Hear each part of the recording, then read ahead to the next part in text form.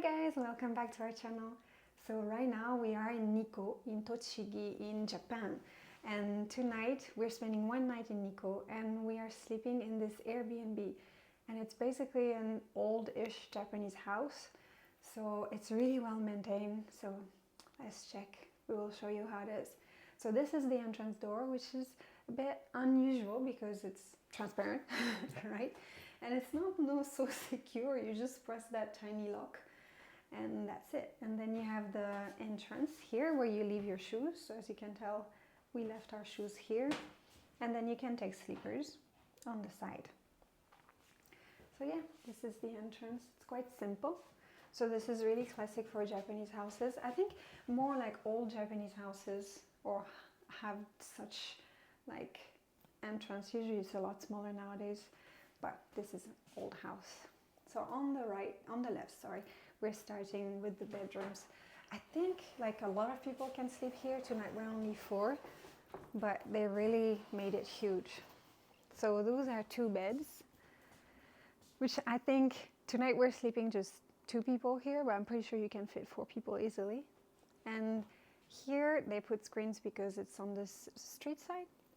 But here you have those traditional paper. It doesn't look like it, but it's really thin. If you put your fingers through it, you're gonna make a hole for sure. And behind it you have a balcony with a window. So it is closed, but to be fair, like most Japanese houses, it's May right now, but we put the aircon because the walls are really thin. Isolation is not a thing. And then on the other side, I do believe this room was not meant to be a bedroom because on the floor you have flooring actually. And when you go here, you can tell how it's more meant to be a bedroom. You have tatami floor. Here they went more modern. Normally on tatami floor, tatami is really fragile. You don't put furniture on it. Here, as you can see, it's actually bed, like modern beds. So definitely this tatami is damaged after this, but that's a choice. So yeah, you can see, contrary to the other room, this one has a closet, classic Japanese closet. It's really deep because you're supposed to store your futon. So futon is like this mattress you undo every night. You put your pillow, your cover, everything, and then every morning you fold it back and you store it here. Now they don't really need it because they have real beds, western side bed, but they store all their like covers and everything. It's convenient. Then here you have this tiny space, which is usually like they put art and some things that are a bit special. You can see it's a bit of an alcove, right? The floor changes. So yeah, they didn't put too much, but usually Japanese decoration is really subtle and simple. But yeah, then this is one of the pieces I like the most of this actually whole house. It's just so beautiful, really, really beautiful.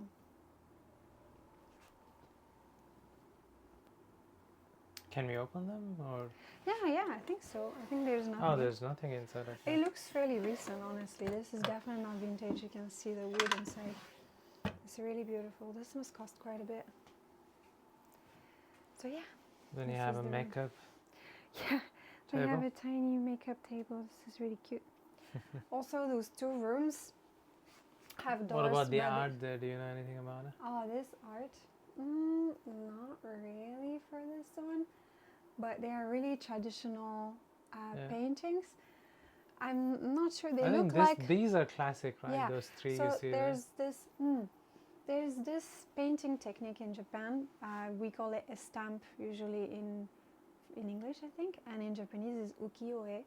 And it's a technique of, they carve like stamp in the wood. For each color they have a different stamp. And they like superpose, like they on top of each other, all the colors. It takes a lot of knowledge and skills and a lot of time. So even if you buy nowadays like proper ukiyo-e, it costs a lot of money. The really famous wave that usually we talk about, like about Japan, this famous painting is actually ukiyo-e. It's really famous. What about this light piece here? Looks. This light piece looks interesting. Yeah, I feel like it's more 70s, 60s kind of Ah. style, I feel. This is more, I mean, yeah. This one is really ugly This one modern. is really, yeah. Yeah. I mean, you can tell this house is not that old, right? So it Yeah. has a bit of old look, but like grandma's house, right? But I have to say it's really well maintained. There's no picture on these windows here. No, But- I don't know why they went more classic. This one is Yeah, a it's really so nice beautiful. volcano. Must be Fujisan. It's really nice. At least inspired by Fujisan. Doesn't look I'm not, yeah, I don't so know. much like Fujisan. I cannot yeah. read, so cannot tell you. Okay. So it's a bit of a maze, that room. We cannot exit the other bedroom from here. Go back to the entrance, and we are going to go to the living area. They have a bit of an art here as well. Yeah, this is a bit like 3D.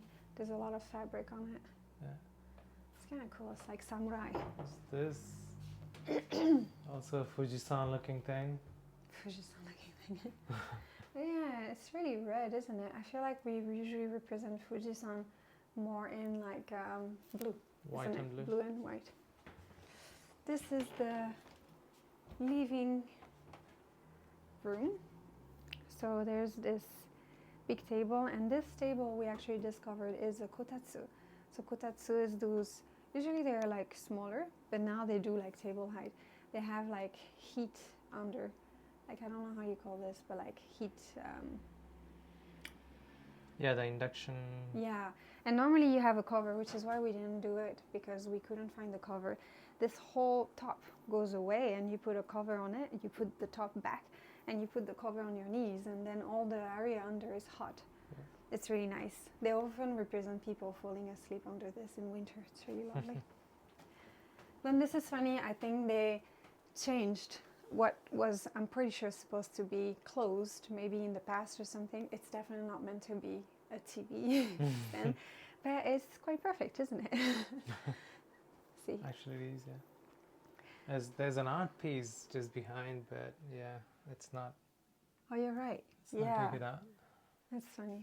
Maybe they didn't know what I to guess, do with it. yeah, I guess this was maybe a space to put an art piece, Maybe, yeah. but now they use it for TV. Yeah, I feel like it's quite convenient, isn't it? They have a wall clock as well This here looks a bit old. from Citizen. It's a quartz tech. Then you have this tiny area, which is really Japanese, isn't it? I think this is really lovely, especially in summer. So you can close those. You're not outside. There's actually a window after that.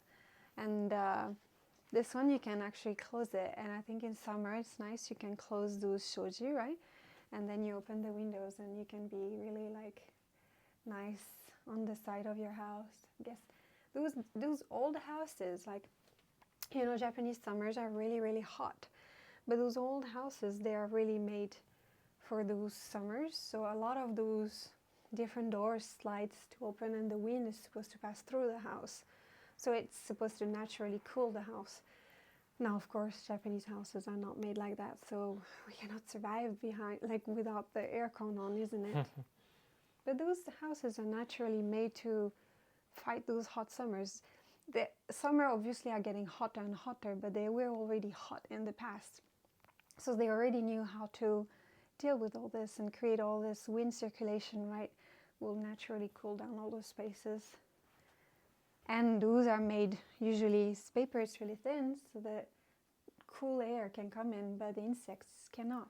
Japan has a lot of insects. And nowadays they have those really thin But it must screens. really suck in winters, though. Yeah, I don't know how they are How they dealing. manage in winters. Yeah, I feel like spaces are rarely made for winters. Okay, let's go to the kitchen now. This is kind of an old space. So yeah, it's a bit small. They have this classic old kitchen. They added a really mini like gas table. It's really not made to have like a 5-star dinner, but yeah, you can cook. Wow. Yeah. I didn't notice that. Yeah, I mean, if you're doing just like simple Yeah. food, it's okay. But if you're not making a proper dinner, that's for sure. But you have everything, you know, the fridge, the microwave, they really have everything. And this is also a cool piece, right? This wooden. Yeah, this is really grandma. That's really cool. Yeah, grandma furniture, isn't it? Even the color, it's like Yeah, grandma furniture color. that's quite funny. But yeah, that's the tiny kitchen. And then right next to the kitchen is the bathroom. So they actually have this, so you can close. I'm not gonna move it, I'm not sure how to, but you can close the bathroom area to create, like, of course. This door is a leads there. Yeah, this door leads back to the bedrooms and the corridor. Yeah. It's a real maze, this place. You keep opening doors. Even the bathroom is a bit of a corridor. What's so happening there? This is a bit of a storage. Yeah, they have just a few rags drying. I think maybe the house cleaner of the place uses it. But yeah, this tiny bathroom. I'm not sure. Yeah, this is kind of classic. It's a bit old-fashioned. Now they don't do those exact models anymore, but I mean, you don't have windows anymore, and oh god, for sure. I mean, in houses maybe, but in apartments, no. This is really nice to have like a window in the bathroom, because you really can ventilate and avoid mold, right? This is the best. Then the bathroom. This is also something, if you live in Europe, or I'm guessing America, this is really low. Yeah. It's extremely low. Usually for me it's 900 millimeter height, and usually those counters are like 800 millimeter. Same for the kitchen counters. Everything is really low. This is quite funny. Then we are reaching the toilet. Not much really. Simple toilets with the sleepers for toilet as usual. This is funny. Yeah, nothing much. Yeah, natural ventilation. Again, this is definitely a plus. Then the secret room of this house. This is a really, really steep staircase, but let's go. You should be well awake when you take those down.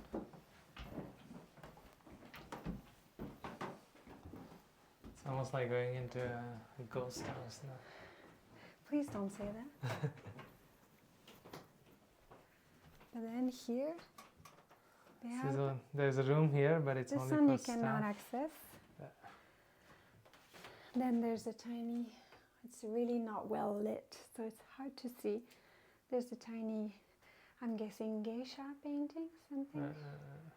And then there's this other room. I'm guessing maybe, 3 to 4 people can sleep here. So you can see again, it's tatami floor, so it's a bedroom. And they have futon this time. They don't have bed. So this is futon, those are the covers. So you can see as usual. See, I'm guessing they are expecting 3 people approximately to sleep in this room with the futon and then the covers. So you saw the beds, those can sleep quite a few people here. The only thing in this room is it gets really hot, but yeah. And they do have an air conditioning here. Yeah. And then this goes outside, tiny balcony.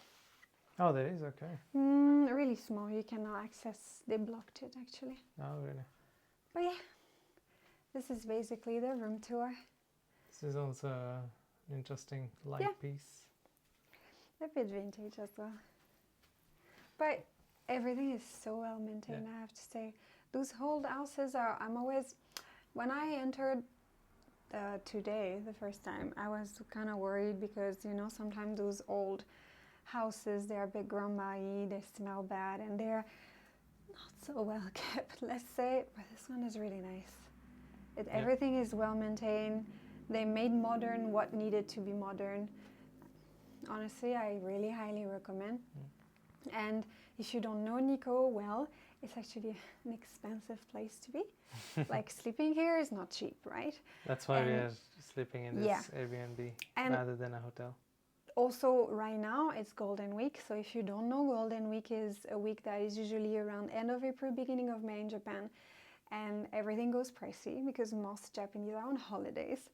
So they want to move around, and hotels knows that, you know. They know that you're going to come. So they are ready to double the prices. So that's why we chose this Airbnb for tonight. And I feel like that's a great choice. And again, if you're a big group, like, what a bargain. Yeah, can fit 10 people. Only downfall is you only have one toilet. I need to fight for it. But, you know. And you're really just next to the station. Yeah, we'll put a link in the description to this particular Airbnb space, so that if you're interested to stay in here, you could. We did find it on. We found it on Booking.com, so it's quite easy to find. Yeah. But yeah, does the owner speak English? Yeah, they do. So yeah, sending all the messages will be in English. If you don't speak Japanese, you don't have any issue. Yeah. But yeah, anyway, I hope you enjoyed the video, and let us know if you've ever been to Nikko and if now you want to go.